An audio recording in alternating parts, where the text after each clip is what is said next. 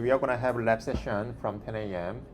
So before you guys come, please make sure you guys read the lab manual, okay? So that will actually help, operating the lab more, effectively, because each group is gonna have only 15 minutes. It's kind of a tight schedule, So please read. You guys need to get images at 3 different magnifications. So please make sure, okay? You guys have all the required information before you guys finish, all right?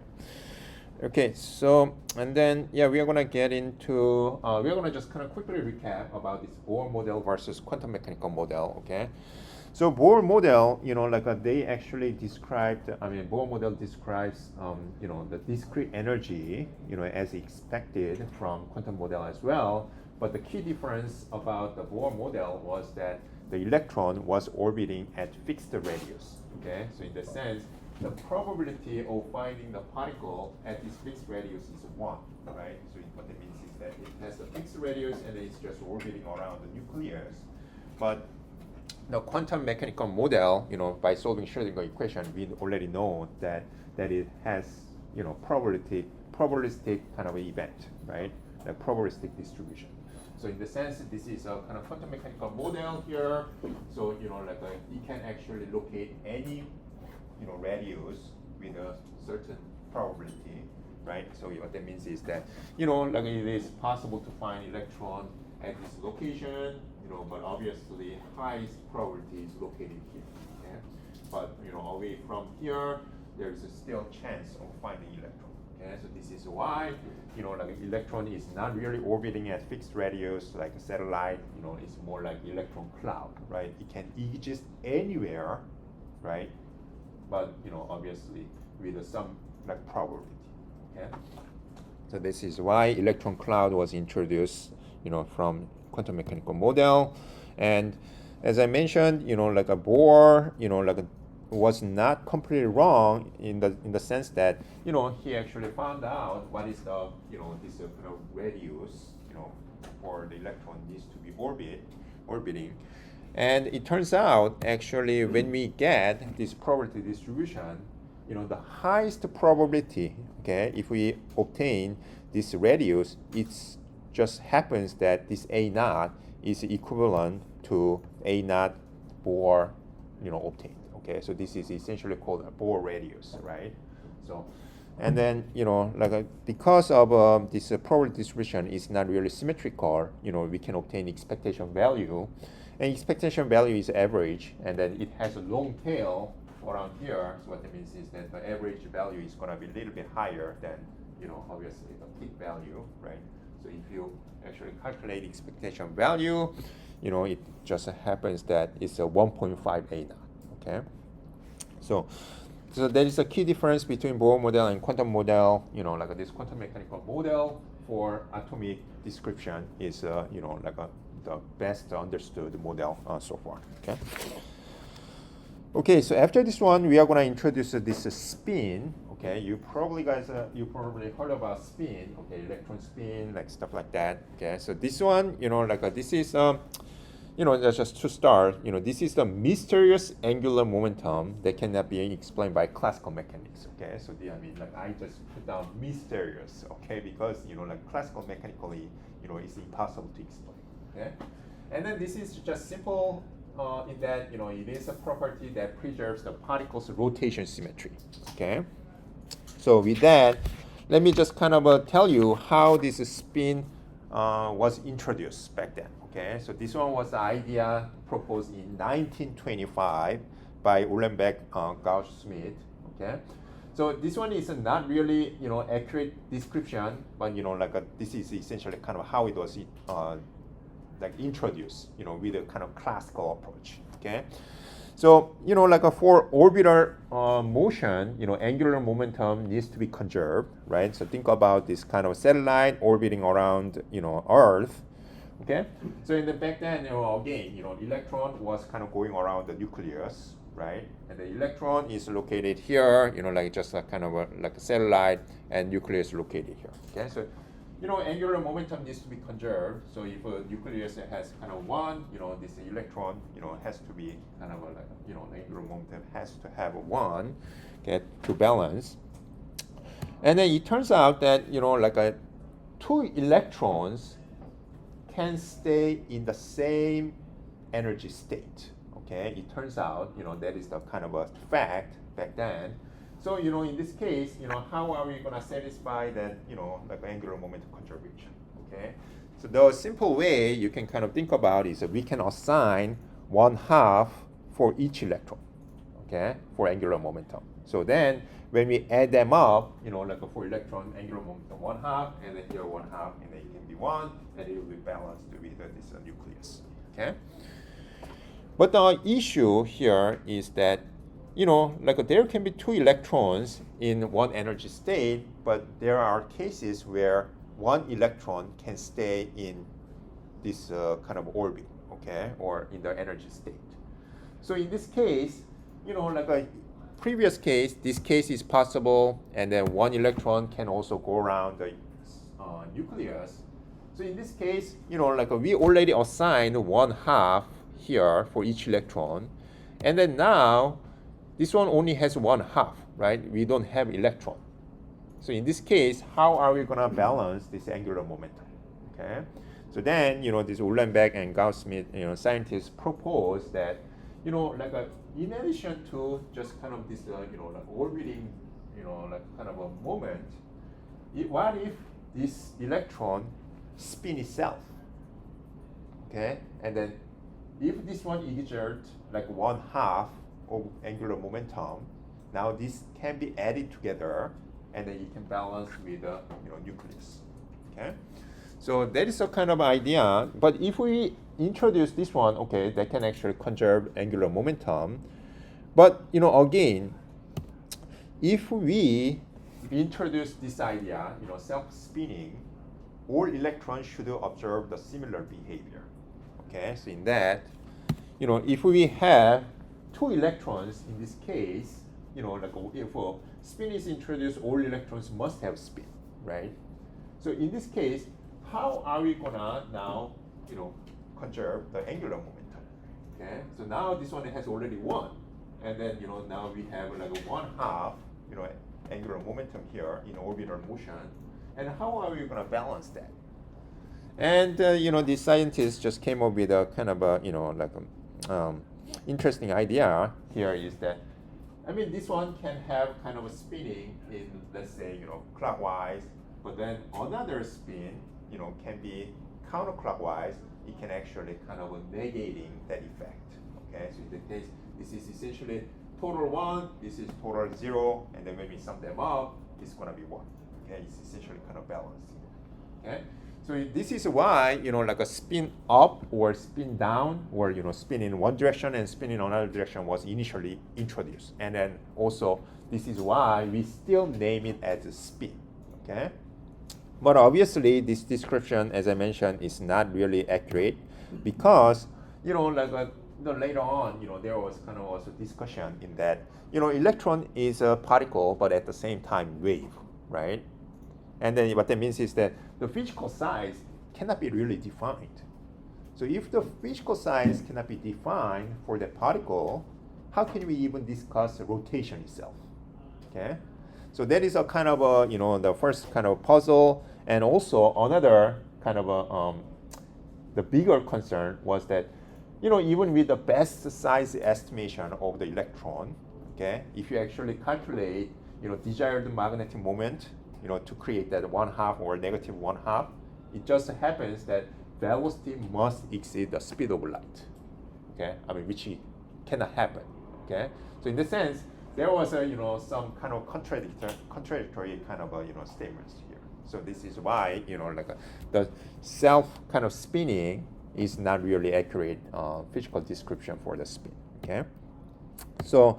And then later on, we understood electron spin better, okay? And it turns out that this spin has a 720-degree symmetry, okay? So it's basically saying that spin must rotate 720 degrees to return to its original configuration, So this one is also, again, very hard to kind of realize in real life, right? I mean, for example, if we have any kind of object here, right? If we start from here, if it spins, right? If it kind of rotates, after you turn 360 degree, it'll come back to original position, right? But this one has 720 degree symmetry. How can we realize that in real life? It's kind of hard to capture, right? And then one way to think about, obviously this is just kind of like a one simple idea. So let's say, like if we have a strip, if we actually put it this way, obviously in this case, if we start from here, and if I just kind of rotate, or I'm gonna just kind of go around, if it goes around 360 degree, it's gonna come back to original position, right? But the way you can make a 720 degree symmetry is actually, you probably know, this is a Mobius strip, right? For Mobius strip, if you actually start from here, I'm just kind of twisted one end, like that, and then I just kind of put it there. So then, just for your kind of visualization, I just colored one side with yellow, okay? So in this case, if we start from here, go around, I'm gonna stay on the same plane, and then it'll go backward here, okay? After 360 degree.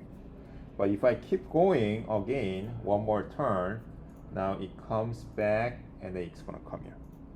So this is a 720 degree symmetry, okay?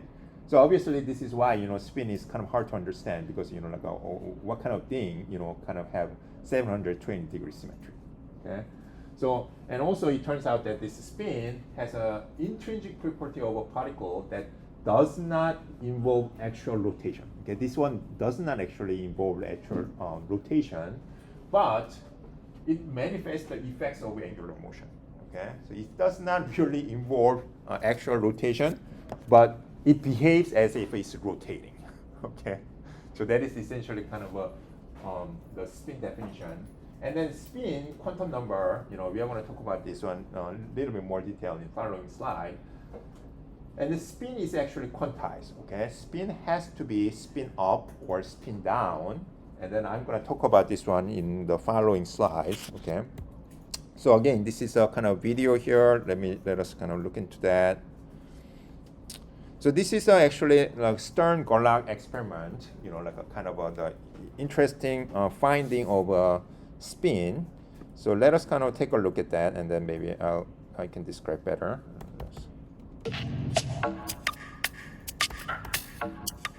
Spin is quantum magnet, okay? So here, the idea here is that we prepare two magnets, okay? So here, like a south pole and north pole magnet here.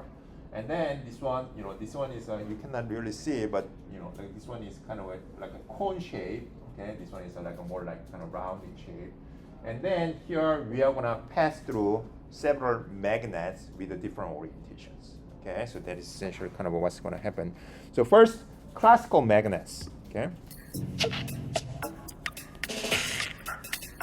So in this case, like it's oriented this way, right? The north side up, south side down. And then because of this magnetic field, like a north-south, and then, that is essentially kind of a attractive force. And then here, the idea is that this one has a different geometry. Okay, this one has a kind of sharp cone. This one is kind of, let's say, flat. And then the magnetic field is stronger toward this direction. Okay, because of this stronger magnetic field, as it passes through, what you would expect is this north-south interaction is stronger, and it's going to be deflected as it passes through. Okay, does it make sense? Okay, so in this case, if we kind of pass it through here, the classical way is going to essentially kind of land upward. And then if we prepare another magnet, let's say kind of vertical, wanted to go straight, but now if it's oriented the opposite direction, again, the north pole, like a repulsive, right? That actually kind of deflects the magnet downward. Okay. So then, if you actually prepare these classical magnets with the different orientations, and then because of this inhomogeneous magnetic field, it's going to land basically everywhere here. Okay. So I mean, you can kind of take a look here. Because of this inhomogeneous magnetic field, like depending on the orientation, the landing place is essentially kind of continuous. Okay, so it really depends on the just orientation. Okay, does that make sense here? Do you have any questions on this? And then this is a classical magnet, okay? And then now we are going to talk about this kind of quantum magnets, okay? It's as you see, this is kind of everywhere here. And then we prepare the same one, okay? Here in this case, we are sending actually electron, okay? Electron with a spin. And in this case, what happens is that, like for example, this one is a kind of random orientation, okay? Random kind of magnetic dipole here. And then if we send the electron through the same configuration, it just happens that only two values exist, okay? So there is no kind of in between. It's gonna land just kind of up or down, okay? So this one has only two states there, okay? So this is why we kind of say that the spin is quantized. Okay, so for example here, that's upward or down. Okay? So this is why we kind of often say spin up and spin down, and it has only these two values. Okay, quantized. So here, so let me kind of describe, let's say. So for example, like I'm going to describe a little bit more detail here, okay? For example, again, here, the same idea, okay? Stern-Gerlach experiment. This is a kind of a North Pole magnet and the South Pole magnet there, and then we are sending, the atoms, okay? And in this case, let's say if it's polarized this way, right? Let's say this is north side and the south side, and then this is the south and the north, and then because of attractive force, strong attractive force, like from the above here, it's going to be deflected. Okay, so for example, it's going to land here, and then if we prepare the atom with the opposite magnetic dipole here, then because of repulsive force, it's going to be deflected downward. Okay, so it's going to land like that. Okay, but like you can also have various kind of orientations in that. For example, if we send like a kind of the neutral, right, horizontally kind of oriented, atom, we send it through the magnet. Classically, you would expect, like basically locating here. But what happens, from experiment is that this will not land at the center. Okay, it has to be either up or down. Okay, this is the case for any other orientations. Even though it's oriented, slightly vertical, okay, it'll land up or down. Okay, it'll land only these two states, and then that is actually an experimental result here. Look at this one. So if you look at actually, like a silver atom going through this inhomogeneous magnetic field, it just happens that just one value or another value. Okay, just two values that are observable. Okay. So what does that mean? Like that is essentially kind of a, when you think about this horizontally kind of oriented atom, this can be thought of as essentially superposition of two states. Okay, so in this case, it has spin up or up state 50% chance, and then down state 50% chance. Okay, and then linear combinations of them represent this horizontal one. But when you experimentally realize it, when you try to do that, it can only be observable between these two states. Okay, it can be only up or down. So that is essentially, kind of the quantized nature of the spin. And then this one actually can be kind of also experimentally observable even in real life, okay, for other cases. So we are going to kind of talk about that, okay? So let us kind of think about this thought experiment here, okay? So I'm going to just introduce this superposition state. So think about human, okay, and then we have one filter or door that blocks male, okay? And then we have another door that blocks female. So then can any human pass through this passage? No, right? So in this case, like obviously no, and then, but let us think about another kind of experiment here. We have the same configurations, but now there is a third door that is stopping adult. So what would you expect? I mean, nothing, right? I mean, we are adding just one more filter, and then we shouldn't expect any person passing through, right? But if we consider this a superposition state, okay, what happens here is actually it'll end up with a male boy, okay? Why is that? Actually, like in this case, the moment you are asking, whether you are adult or not, okay? So in this case, obviously adult cannot pass, but when you are asking here, actually after this one, the male and female both appear, which is kind of crazy. Okay, why is that? Well, I mean, I'm going to talk about this one. This is kind of just kind of a schematic, but again, this one can be explained by kind of polarization as well. Okay, so I'm going to kind of demo the linear polarizer. Okay, so you guys use sunglasses with the polarization, right? So this is kind of linear polarizer. So what that means is that, I cut in a kind of specific way. This one is kind of wider, and then vertically is kind of a narrower. So let's say this is a like linear polarizer. As you know, like electromagnetic wave is polarized in two ways, right? Like a horizontal and then vertical. So this one, let's say it passed through just horizontal. Okay. So then what that means is that if I kind of put it this way, now it's gonna only allow the vertically kind of oriented electromagnetic wave. Right, this one only allows horizontally, kind of a polarized wave. Okay, so what that means is that let's kind of think about this one here. So if I kind of put it here, you see through, right? It only kind of allows horizontally, oriented electromagnetic wave, and then if you actually put it this way, you don't see anything, right? Because like it's essentially this one allows the vertically oriented, but this one only allows horizontally kind of oriented. So obviously it's not going to pass through, right? This is essentially kind of checking male and female, okay? So in this case, what if I slide another linear polarizer with a slightly different orientations? If I kind of put this one here, and then I put this one, like slide it in, what would you expect? We are adding just one more filter, so you should expect we should not see anything, right?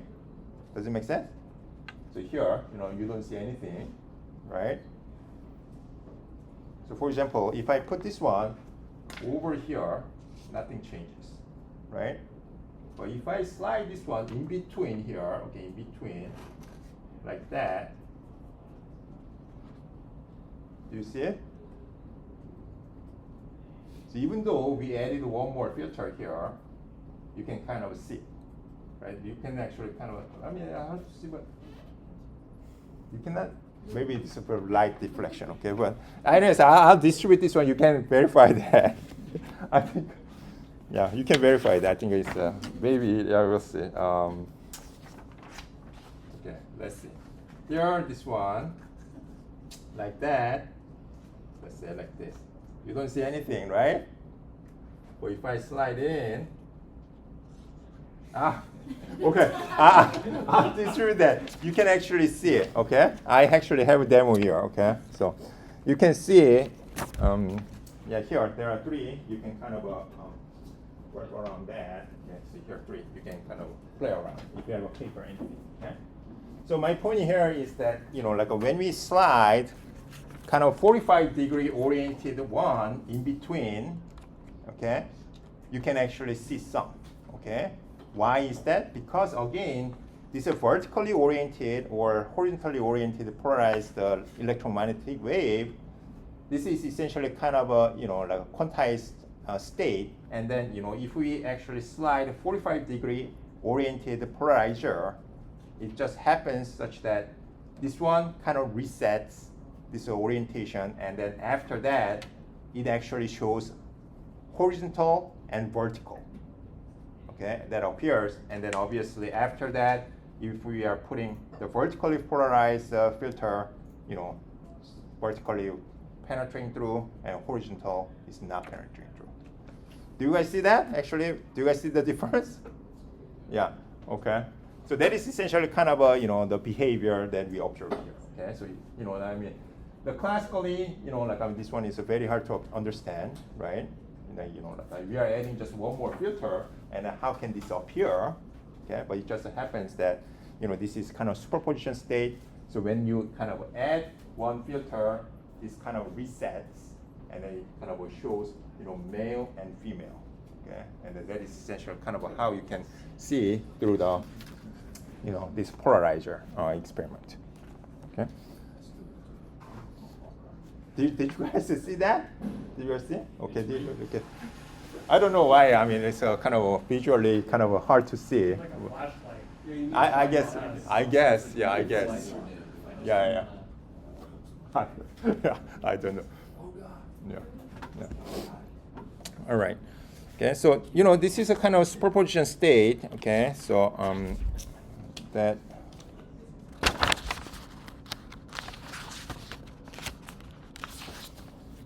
So in the sense, you know, just kind of I want to emphasize that the spin has a kind of quantized value up and down, and with that, let me just kind of move on to.